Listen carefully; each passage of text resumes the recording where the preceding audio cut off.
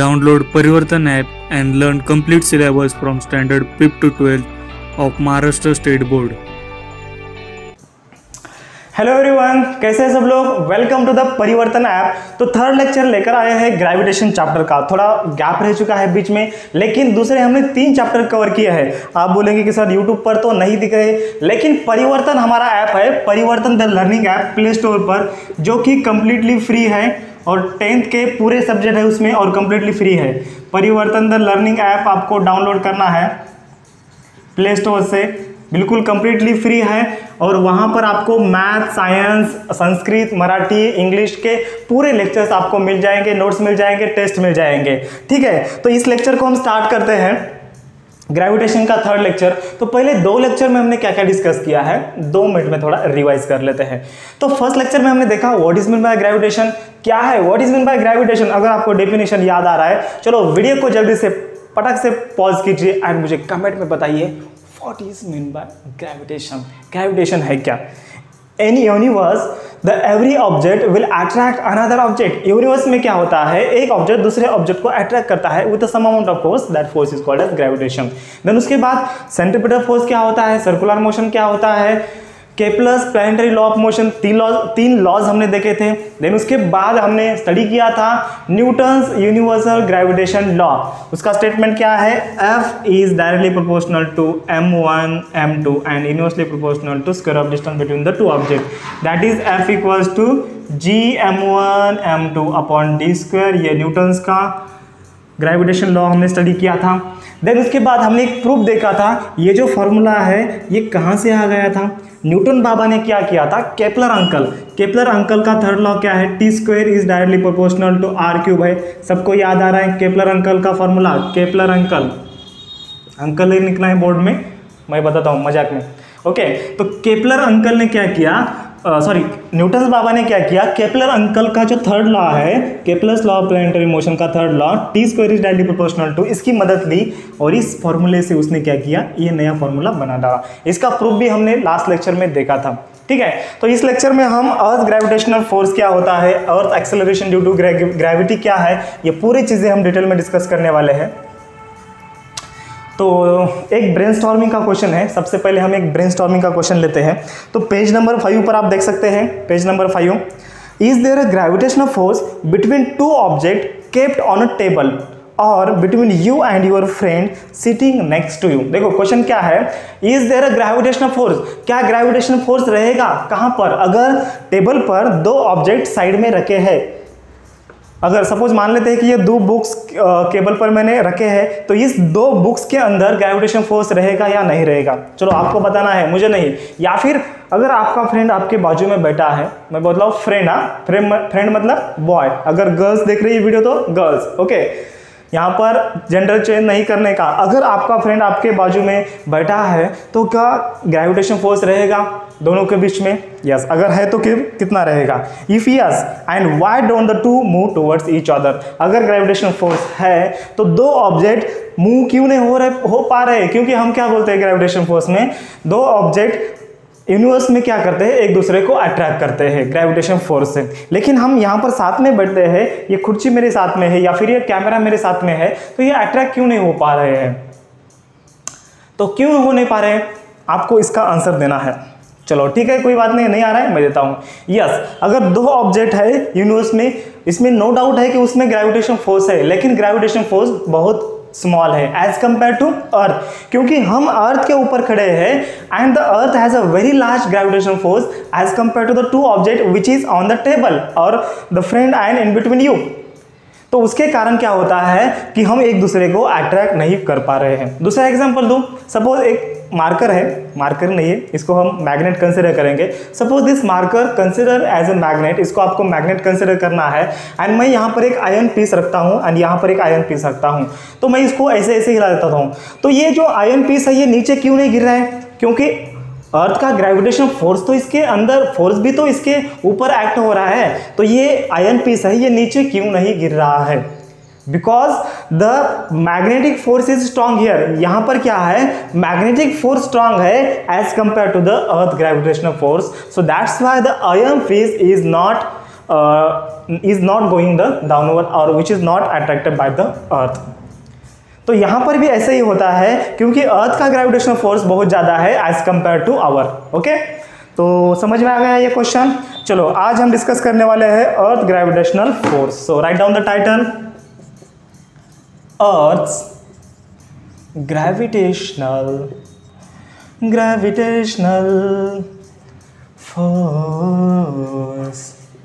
चलो अर्थ का gravitational force क्या है ये हम डिस्कस करने वाले हैं। अर्थ ग्रेविटेशनल फोर्स या फिर अर्थ ग्रेविटेशन, आप उसको फील्ड भी बोल सकते हैं। तो यहाँ पर बहुत सारे क्वेश्चन पूछे हैं पेज नंबर 7 पर, तो मैं डिस्कस करता हूँ।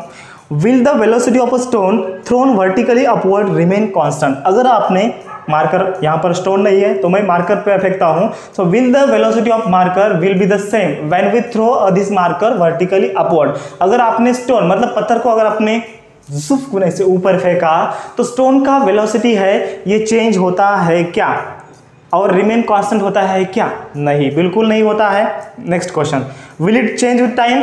ये टाइम के साथ चेंज होता है क्या? यस, बिल्कुल होता है। Then how will it change? कैसे चेंज होता है? कंटिन्यूसली डिक्रीज होता है, क्योंकि यहाँ पर मैं वेलोसिटी प्रोवाइड कर रहा हूँ इस मार्कर पर, ये मार्कर ऊपर ऊपर जाएगा और इसकी जो वेलोसिटी है कैसे चेंज होंगी? Continuously. How will it change? Continuously decreases. Okay, then why doesn't the stone move up all the time? अगर मैं इस मार्कर को ऊपर फेंकता हूँ, ये जो मार्कर है ये कंटिन्यूसली ऊपर क्यों नहीं जाता है? या फिर स्टोन को मैं ऊपर फेंकता हूँ, ये स्टोन कंटिन्यूसली ऊपर क्यों नहीं जाता भैया? Why? Because of the earth gravitational force acts on this marker or on this stone. So that's why the stone will not go continuously up and up. Yes. Then why does it fall down after reaching a certain height? तो एक बार अगर हमने उसको ऊपर फेंका तो ये certain height तक पहुंच जाता है, उसके बाद ये क्या हो जाता है? नीचे आता है। ऐसे क्यों होता है? Because of the earth gravitational field, earth gravitational force. तो अर्थ के पास ग्रेविटेशनल फोर्स है तो उसके कारण क्या होता है? एवरी ऑब्जेक्ट अगर हम ऊपर फेंकते हैं तो ये क्या आता है? डाउनवर्ड आता है। Then what does its maximum height depend on? तो ये मार्कर को अगर मैंने ऊपर फेंका तो इसकी मैक्सिमम हाइट कितनी होती है? तो ये किसके ऊपर डिपेंड करता है? ये वेलोसिटी के ऊपर डिपेंड होता है। हम इनिशियल वेलोसिटी कितनी प्रोवाइड करते हैं। तो अर्थ ग्रेविटेशनल फोर्स अभी आपको समझ में आ गया। अगर कौन सा भी ऑब्जेक्ट हम ऊपर फेंक रहे हैं, थ्रो कर रहे हैं, वो क्या हो रहा है? नीचे आ रहा है, लेकिन ये लिमिट तक होता है। ये हमारी अर्थ है एंड एक रीजन है, इस रीजन के जब ये ऊपर जाएगा तब ये कभी वापस नहीं आएगा। अगर इस स्टोन को मैं यहाँ से यहाँ तक फेंक रहा हूँ तो ये क्या होगा? नीचे आएगा। यहाँ तक फेंक रहा हूँ तो नीचे आएगा, यहाँ तक फेंक रहा हूँ तो ये नीचे आएगा। लेकिन हम एक सर्टन हाइट तक फेंकेंगे उसको एंड एक वेलोसिटी प्रोवाइड करेंगे तो ये जो स्टोन है या फिर सैटेलाइट है, कौन सा भी हो, ये कभी नीचे नहीं आएगा। तो एक फील्ड होती है, एक लिमिट होती है ग्रेविटेशनल फील्ड की। तो अर्थ ग्रेविटेशनल फोर्स सबको समझ में आया? यस, अर्थ के पास ग्रेविटेशनल फोर्स होता है और वो क्यों होता है? Because of the mass. Earth के पास क्या होता है? मास है, अर्थ का मास है और अर्थ बहुत बड़ी है, उसके कारण क्या होता है? ये जो ऑब्जेक्ट है ना, ये ऑब्जेक्ट बहुत छोटे हैं, उसके कारण अगर कौन से भी ऑब्जेक्ट है तो ये क्या होते हैं? ये सडनली क्या होते हैं? नीचे आते हैं। तो अभी आप बोलेंगे कि सर यहाँ पर एक मून है, ओके, मून भी बहुत बड़ा है, ठीक है, लेकिन अर्थ से बहुत बड़ा नहीं है। तो अर्थ का जो ग्रेविटेशन फोर्स है ये मून के ऊपर भी काम करता है। सो that's why the moon is revolving around the अर्थ। ये जो अर्थ का ग्रेविटेशन फोर्स है मून के ऊपर भी काम कर रहा है, उसके कारण क्या हो रहा है? मून अर्थ के अराउंड घूम रहा है। सैटेलाइट जो हम छोड़ते हैं, यहाँ पर हम सैटेलाइट छोड़ते हैं, तो सैटेलाइट क्या है? सैटेलाइट का मास कम होता है as compare to earth, so that's why the satellite is revolving around the earth. अगर भैया मून का अगर मास ज़्यादा होता एज कंपेयर टू अर्थ तो क्या हो जाता है? अर्थ ही मून के अराउंड घूम जाती। जैसे कि सन का है, सन का मास ज़्यादा है as compare to earth, so that's why the earth is revolving around the sun. ठीक है, तो यहाँ पर एक क्वेश्चन दिया है ब्रेनस्टॉर्मिंग का, यूज योर ब्रेन पावर का। तो हम पढ़ते हैं क्वेश्चन क्या है। According to Newton's law of gravitation every object attract every another object, no doubt उसमें। Thus if the earth attract an apple toward itself the apple also attract the earth towards itself with the same force, so why then does the apple fall toward the earth but the earth does not move towards the apple. देखो question हमें क्या पूछा है, चलो यहाँ पर मैं अर्थ का डायग्राम ड्रा करता हूँ। ये हमारी अर्थ है, यहाँ पर एक एप्पल का पेड़ है। तो एप्पल नीचे गिरता है, तो अर्थ एक ऑब्जेक्ट है एंड एप्पल एक ऑब्जेक्ट है, तो दोनों में ग्रेविटेशन फोर्स है, ठीक है। तो एप्पल भी अर्थ को अट्रैक्ट कर रहा है एंड अर्थ भी एप्पल को अट्रैक्ट कर रही है, लेकिन एप्पल जो है ये अर्थ के ऊपर फॉल क्यों हो रहा है और जो एप्पल है ये अर्थ को अट्रैक्ट क्यों नहीं कर रहा है, ये हमें क्वेश्चन पूछा है। बहुत ही सीधा साधा जवाब है भैया, क्योंकि अर्थ का जो मास है बहुत ज़्यादा है as compare to the earth, so that's why the gravitation of earth is very large as compare to the apple's gravitation. सो एप्पल का जो ग्रेविटेशन फोर्स है इसके कंपैरिजन में इसका ग्रेविटेशन बहुत ज़्यादा हो रहेगा, तो उसके कारण ये क्या करेगा, इसको अट्रैक्ट करेगा। सो दूसरा एग्जांपल अगर मैं दूं, रस्सी खींच सबको पता है, दोरी ओढ़ने, ओके।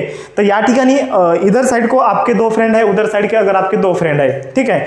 तो इधर साइड के जो दो फ्रेंड है बहुत ताकतवर है, मोटे हैं, जैसे मेरे जैसे है, ओके। और उधर साइड के ऐसे पतले दुबले हैं। तो क्या हो जाएगा, जब आप रस्सी खींच करेंगे तो कौन किसकी ओर अट्रैक्ट हो जाएगा, वो दो फ्रेंड आपकी ओर अट्रैक्ट हो जाएंगे। क्यों? क्योंकि इसके पास ताकत ज़्यादा है। तो वैसा ही यहाँ पर अर्थ के पास ग्रेविटेशनल फोर्स ज़्यादा है as compare to the apple. अभी भेजे में बात समझ में आ गई? यस, ठीक है। तो अर्थ ग्रेविटेशनल फोर्स अभी आपको समझ में आ गया है। तो अभी हम देखेंगे अर्थ ग्रेविटेशनल एक्सेलरेशन क्या होता है। So write down the title, earth gravitational acceleration.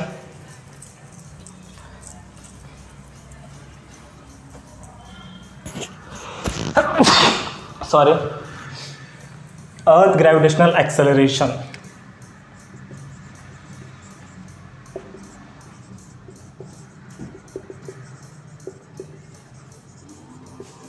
Earth gravitational acceleration.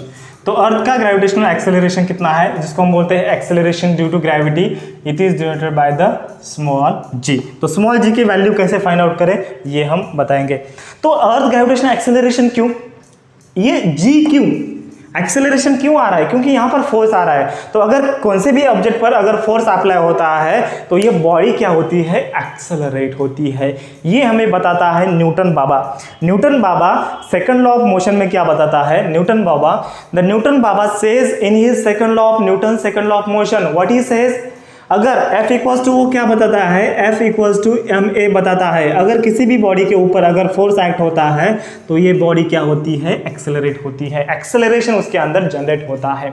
तो यहाँ पर अर्थ है, तो अर्थ के अंदर फोर्स है, अर्थ के पास फोर्स है। कौन सा फोर्स है, ग्रेविटेशन फोर्स है। तो ग्रेविटेशन अगर फोर्स है, तो ग्रेविटेशन फोर्स अगर अर्थ के पास है तो एक्सेलरेशन भी आना ही चाहिए। तो उसको हम क्या बोलते हैं, जी बोलते हैं। G is called as the acceleration due to gravity. यहाँ पर F इक्वल्स टू ma था, यहाँ पर F इक्वल्स टू क्या था है, mg है, और जी क्या है, एक्सेलरेशन ड्यू टू ग्रेविटी। ये भी एक एक्सेलरेशन है और ये भी एक एक्सेलरेशन है, लेकिन ये जो एक्सेलरेशन है ये स्पेशल एक्सेलरेशन है। ये किसका एक्सेलरेशन है, स्पेशल, अर्थ का। उसको हम बोलते हैं एक्सेलरेशन ड्यू टू ग्रेविटी और अर्थ ग्रेविटेशनल एक्सेलरेशन और the acceleration due to gravity.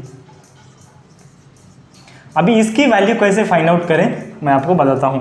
तो न्यूटन्स बाबा ने हमें यूनिवर्सल लॉ ऑफ ग्रेविटेशन दिया, उसका वैल्यू क्या है, F equals to ji m1 m2। तो हम क्या करते हैं, हमें एक्सेलरेशन ड्यू टू ग्रेविटी इस जगह का फाइंड आउट करना है, यहाँ का। तो यहाँ पर क्या है, इसका मास हम स्मॉल m कंसिडर कर लेते हैं। तो F इक्वल्स टू ये g, ये कैपिटल M अर्थ का मास, स्मॉल m इस ऑब्जेक्ट का मास, अपॉन ये r स्क्वायर अर्थ का रेडियस r स्क्वायर, मतलब distance between the two object.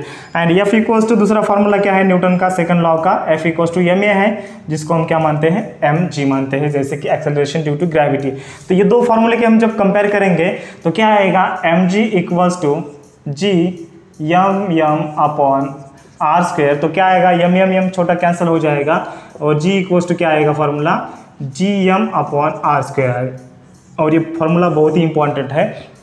तो इस फॉर्मूला में अगर हम वैल्यू पुट करेंगे कैपिटल G का, कैपिटल M का एंड R का, तो हमें G का वैल्यू मिल जाता है कितना, 9.77 है। तो हम 9.8 मानते हैं मीटर पर सेकंड स्क्वायर, ये वैल्यू मिलता है G का। तो आपको क्या करना है, मैं आपको होमवर्क को ले दे रहा हूँ। तो G का वैल्यू पुट करना है, M का वैल्यू पुट करना है एंड R का वैल्यू पुट करना है। आपको इसका कैलकुलेशन करना है एंड आपको G का वैल्यू मिल जाएगा। तो कैपिटल G का वैल्यू कितना है, कैपिटल G का वैल्यू 6.67 इंटू 10⁻11। देन उसके बाद कैपिटल M मतलब मास ऑफ अर्थ कितना है 6 इंटू 10⁻24 kg है। एंड रेडियस ऑफ अर्थ कितना है 6.4 इंटू 10⁻6 मीटर, और जिसको हम बोलते हैं 6400 किलोमीटर। तो इसके वैल्यू अगर हम इस फॉर्मूले में रखेंगे तो आपको ये आंसर मिल जाएगा। ठीक है, तो यहाँ पर अभी हम रुकते हैं एंड अगला लेक्चर कल जल्दी ही आने वाला है, तो आपको वेट करना है एंड कल देखना है अगला लेक्चर। तो अभी जो लेक्चर्स है कंटिन्यूली आते रहेंगे इस चैनल के ऊपर, या फिर अगर आप इस चैनल के ऊपर अगर आप लेक्चर नहीं देख पा रहे हैं तो परिवर्तन द लर्निंग ऐप डाउनलोड करना है, बिल्कुल फ्री है, आपके दोस्तों के साथ शेयर करना है एंड पूरे जो लेक्चर्स है फ्री में है और मजे लेना है लेक्चर्स का, पढ़ाई करना है अच्छे से एंड आपको अच्छे से मार्क्स मिल जाएंगे, ये हम गारंटी देते हैं। ठीक है, सो थैंक यू फ्रेंड्स, यहाँ पर हम रुकते हैं। Download Parivartan app made by Super Excellence Academy to watch more curriculum videos.